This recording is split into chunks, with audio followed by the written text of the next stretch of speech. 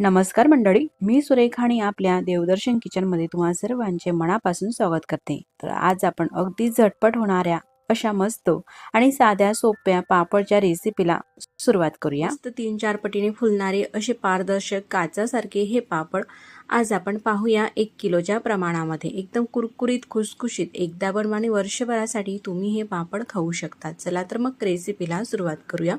तर हे जे पापड आहे ना, मी तुम्हाला 1 किलो प्रमाणामध्ये दाखवत आहे। म्हणून 800 ग्रॅम रेशनचा तांदूळ घेतलेला आहे। तांदूळ आधी स्वच्छ निवडून घेतलेला आहे। त्यानंतर या तांदूळामध्ये आपल्याला पाणी टाकायचं आहे आणि 3 ते 4 पाण्याने हा तांदूळ अशा प्रकारे हाताने चोळून मस्त स्वच्छ असा धुवून घ्यायचा आहे। रेशनचा तांदूळ असल्यामुळे ह्या तांदूळाचं भरपूर असं काळपट पाणी निघत असते। हे संपूर्ण काळपट पाणी आपल्याला काढून घ्यायचं आहे। तर हे पापड बनवण्यासाठी तुम्ही अख्खा तांदूळच नव्हे तर तांदूळाची चूर म्हणजे तांदूळाचा तुकडा असेल तुमच्याकडे तर त्याचाही वापर करू शकतात। फक्त आपल्याला स्वच्छ हा तांदूळ धुवून घ्यायचा आहे। तर मी 4 पाण्याने हा धुवून घेतलेला आहे। त्यानंतर एखादी कॉटनच्या कापडावरती सावलीमध्येच हा तांदूळ वाळून घ्यायचा आहे, अशा प्रकारे पसरून। तांदूळ मस्त हा वाळून घेतलेला आहे, उन्हामध्ये अजिबात टाकायचा नाही। तर सावलीमध्ये पंख्याच्या हवेमध्ये तांदूळ वाळून घेतलेला आहे। त्यानंतर 800 ग्रॅम हा तांदूळ घेतलेला होता, म्हणून 1 वाटी म्हणजेच 200 ग्रॅम आपल्याला यामध्ये मुगाची डाळ घ्यायची आहे। तुम्ही जर का वाटीच्या प्रमाणामध्ये घेत असाल तर 3 वाट्या तांदूळ घ्या आणि 1 वाटी मुगाची डाळ घ्या। हे प्रमाण जर का थोडंसं कमी अधिकही झालं तरी काही प्रॉब्लेम येत नाही मैत्रिणींनो पापड बनवण्यासाठी। आता हे डाळ आणि तांदूळ आपण गिरणीतून एकदम बारीक असं दळून आणलेलं आहे। तुम्ही पाहू शकतात मैदा जसा असतो ना, मैद्याप्रमाणेच एकदम बारीक असं हे दळायचं आहे। आता आपण पापड पाहूया। तर हे पापड मी तुम्हाला कुकरमध्ये बनवून दाखवणार आहे। तर कुकर घेतलेला आहे। तर ह्याच वाटीने आपल्याला पीठ घ्यायचं आहे। तर त्याच वाटीने मी तुम्हाला या ठिकाणी पाणी किती घालायचं पापडासाठी ते दाखवत आहे। तर अशा पद्धतीने 1 वाटी पाणी हे भरून घेतलेलं आहे। तर ही दुसरी वाटी पाणी,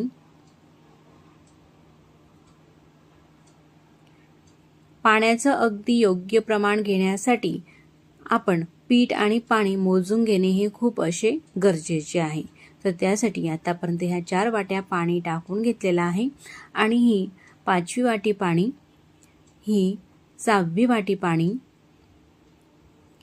आणि ही 7वी वाटी पाणी। तर अशा पद्धतीने 7 वाट्या पाणी टाकून घेतलेलं आहे कुकरमध्ये। आता त्या पाण्यामध्ये चवीनुसार मीठ टाकायचं आहे, म्हणजेच पोहे खाण्याचा एक सपाट चमचा।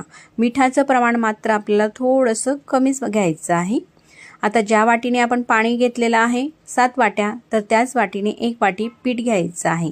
तर हे जे प्रमाण आहे ना, तुम्ही कोणत्याही घरातील भांड्याने घेऊ शकतात, ग्लासाने किंवा वाटीने, कपाने। तर 1 वाटी पीठ टाकून घेतल्यानंतर रवीने किंवा मिक्सरने हे जे आहे ना पीठ टाकलेलं आपल्याला पूर्ण हे मिक्स करून घ्यायचं आहे। म्हणजे काही गुठळ्या होतात तर त्या गुठळ्या थंड पाण्यामध्येच पूर्ण ह्या मोडून घ्यायच्या आहे। त्यानंतर कुकर आता मी गॅसवरती ठेवून घेतलेला आहे।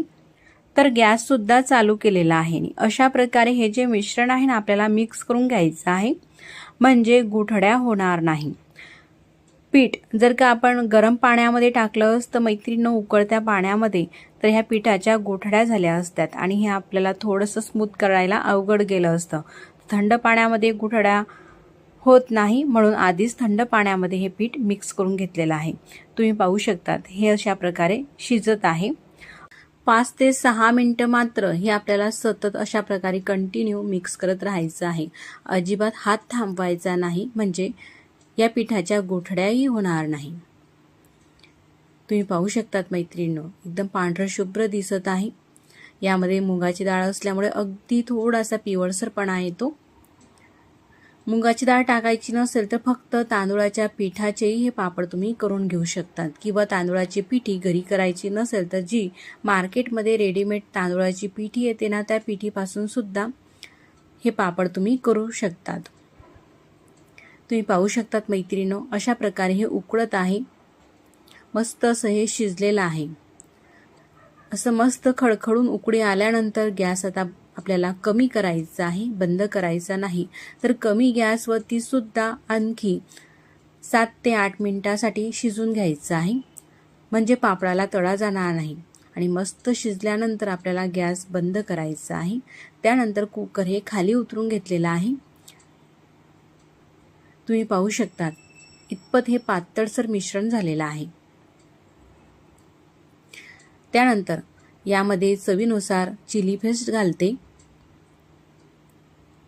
म्हणजेच लाल मिरची पावडर, पोहे खाण्याचा 1 चमचा, आवश्यकतेनुसार थोडीशी कोथिंबीर टाकते, एकदम बारीक चिरून घेतलेली अशी। तर ह्या पापडामध्ये फुलखार किंवा पापडखार यापैकी काही घालायची गरज नाही, फक्त ह्या 2 साहित्य घालायचं आहे आणि मिक्स करून घ्यायचं आहे। तर हे जे पापड आहे ना मी प्लास्टिक पेपरवरती करणार आहे, म्हणून हे मिश्रण जे आहे ना मी थोडं थंड करून घेतलेलं आहे।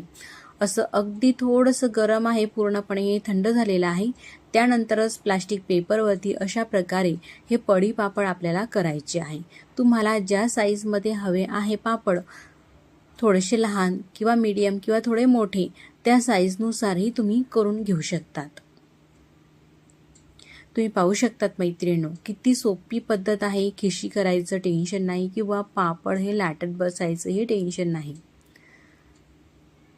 आणि तुम्ही कुकरमध्येच करा असं काही नाही, किंवा पातेलंही घेऊ शकतात, पण पातेलं हे तळामध्ये एवढं जड नसते कुकरच्या तुलनेने। कुकर हे खूप जड असते, म्हणजे खाली तळाला हे करपणार नाही, म्हणून मी कुकरचा वापर केलेला आहे। तर अशाच पद्धतीने सगळे हे पापड करून घेतलेले आहे। तुम्ही पाहू शकतात फक्त 1 वाटी पिठामध्ये एवढे हे पापड झालेले आहेत। किती मस्त दिसतायत ना हे पापड।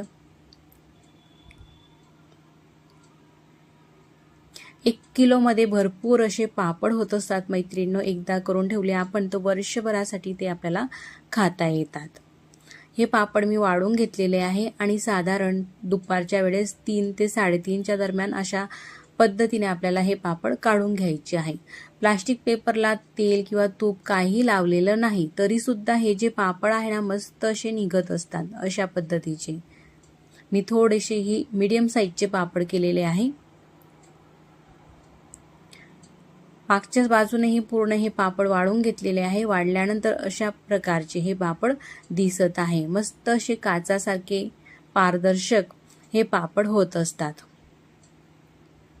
तुम्ही पाहू शकतात किती मस्त दिसत आहे। तर आता हे जे पापड आहे ना मी तुम्हाला तळून सुद्धा दाखवते, त्यानंतरही तुम्ही पाहूया कशा प्रकारे झालेत। तर हे पापड तेलामध्ये पापड सोडताच मस्त दुप्पट तिप्पट जरी म्हटलं तरी काही हरकत नाही, अशा पद्धतीचे हे पापड होत असतात। पहिला पापड हा तळून घेतलेला आहे, तर आणखी काही पापड मी तुम्हाला तळून दाखवते। दुसरा पापड ही तेलामध्ये घालताच अगदी काही सेकंदमध्येच हा पापड तळला जातो, म्हणजे लगेचच तेलाच्या आतून हे पापड आपल्याला काढायचे आहे बाहेर। तर मैत्रिणींनो, ही अतिशय सोपी पद्धत आहे वाळवण रेसिपी बनवण्याची। नक्कीच करून पहा तुम्ही। या पद्धतीने पापड तुमच्या घरातील सर्वांनाच आवडतील आणि एकदम मऊ खुसखुशीत। लहान मुलं ही अगदी आवडीने खातात आणि वयस्कर मंडळी जरी असली तुमच्याकडे, वयस्कर मंडळी सुद्धा अतिशय आवडीने हे पापड खातील, एवढे हे खुसखुशीत आणि मऊ पापड होत असतात। तर अशा पद्धतीने मी काही पापड हे तळून घेतलेले आहे। अशा प्रकारचे हे पापड दिसत आहे। आता मी तुम्हाला हे पापड तोडूनही दाखवते। तुम्ही पाहू शकतात कितपत खुसखुशीत झालेले आहे, तेही तुमच्या या लक्षात येईल।